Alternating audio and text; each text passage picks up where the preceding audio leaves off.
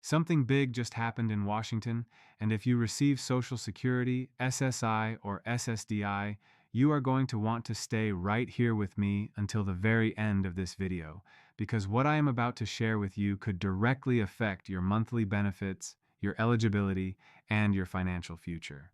The Supreme Court of the United States has just handed down a unanimous 9-0 decision, and I want you to understand exactly what that means, why it matters, and most importantly, what you need to do right now to make sure your benefits are protected. Now, before we dive in, I want you to understand something. When the Supreme Court makes a decision, it is not just a suggestion, it is the law of the land. Every single agency in this country, including the Social Security Administration, has to follow it. And when that decision comes down 9-0, meaning every single justice agreed, that tells you this is not a close call. This is something that the highest court in the nation felt very strongly about. So let us talk about what happened, what it means for you, and what steps you should be taking starting today. The case that brought this ruling forward had been working its way through the federal courts for several years.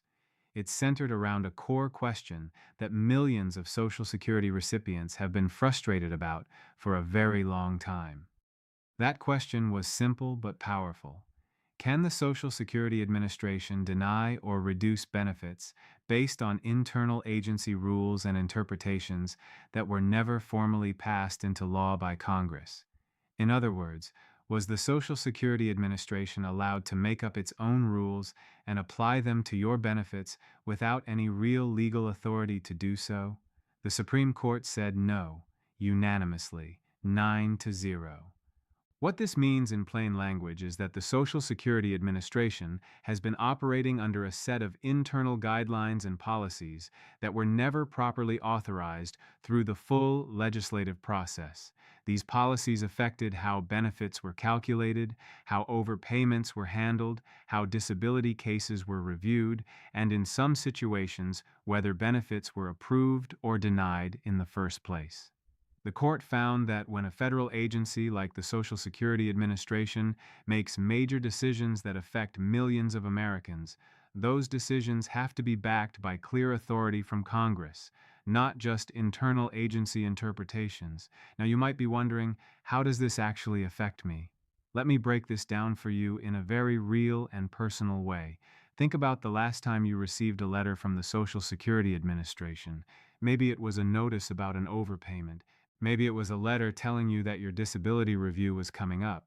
Maybe it was a notice that your benefit amount was changing. Many of those letters were based on policies and rules that were created inside the Social Security Administration without going through Congress. This decision by the Supreme Court puts all of those policies under a microscope. For people receiving Social Security retirement benefits, this ruling is especially important when it comes to benefit calculations. There have been long-standing complaints from beneficiaries that the formulas and adjustments used by the Social Security Administration did not always line up with what the law actually required. In some cases, people were receiving less than they were legally entitled to because of internal agency interpretations that quietly shifted how benefits were calculated. With this ruling, those interpretations are now legally challengeable, and that is a very significant development. For those of you receiving SSDI, which is Social Security Disability Insurance, this decision carries enormous weight. The disability review process has long been criticized for relying too heavily on internal agency guidelines rather than the strict letter of the law. Many people have had their disability benefits terminated or reduced not because they no longer met the legal definition of disability under federal law, but because an internal Social Security Administration rule said their condition had improved enough to work. The Supreme Court's ruling challenges the legal foundation of those kinds of decisions. If your SSDI benefits were ever reduced or terminated based on an agency policy rather than a clear legal standard, you may now have grounds to revisit that decision. SSI recipients, meaning those receiving supplemental security income, are also going to feel the effects of this ruling. The rules around SSI eligibility, asset limits, and benefit reductions have been some of the most criticized in the entire Social Security system. The $2,000 asset limit for individuals, which has not been updated in decades, is just one example of a policy that many legal experts argue was never properly authorized in the way the Supreme Court is now requiring. While this decision does not automatically change the asset limit overnight, it opens the door for legal challenges to these outdated and arguably unauthorized restrictions. One of the most immediate and practical areas where you may see change is in the overpayment recovery process. If you have ever received a letter from the Social Security Administration saying that you were overpaid and that they are going to reduce your monthly check to recover that money, you know how stressful and disruptive that can be. In many cases, those overpayments were not the fault of the beneficiary. They happened because of the Social Security Administration's own errors, or because of confusing rules that even agency employees did not fully understand. The policy that allowed the Social Security Administration to aggressively recoup overpayments, sometimes taking back large portions of monthly checks with very little notice, was based in part on internal agency guidelines rather than strict statutory authority. This ruling now puts that entire process in question. Legal advocates and senior rights organizations across the country are already preparing to file challenges based on this ruling. Some of those challenges will be focused on getting benefits reinstated for people who had their payments wrongly reduced or terminated. Others will focus on getting the Social Security Administration to revise its policies and procedures to comply with the Supreme Court's new standard. And some of those challenges will be aimed at getting retroactive payments for people who were underpaid because of unauthorized agency policies. Now, let me talk about what you should actually do with this information, because I know that understanding the legal landscape is one thing, but knowing what steps to take in your own life is what really matters. The first thing I want you to do is pull out any letters you have received from the Social Security Administration in the past few years.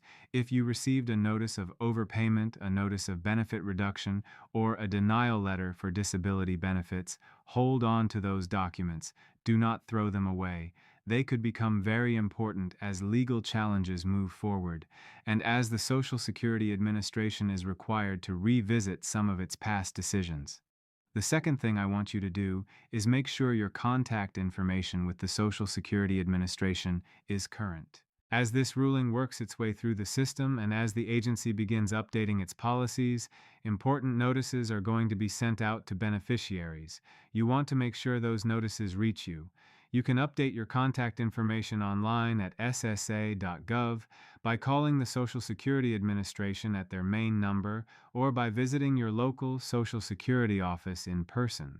Third, if you believe that your benefits were ever reduced, denied, or terminated in a way that felt unfair or confusing, now is the time to speak with a benefits counselor or a legal aid attorney who specializes in Social Security law. Many of these services are available at little or no cost to seniors. Organizations like the National Council on Aging, your local area agency on aging, and legal aid societies in your community can connect you with someone who can review your case in light of this new ruling. I also want to address something that I know is on many of your minds, and that is the question of whether this ruling means you are going to get a big check in the mail automatically. I want to be honest with you here, because I think you deserve straightforward information. This ruling does not automatically trigger retroactive payments for everyone. What it does is establish the legal foundation for those payments to be pursued. The process of translating a Supreme Court ruling into actual changes at the agency level takes time. There will be regulatory updates, policy revisions, and likely additional court proceedings before some of the most significant changes are implemented.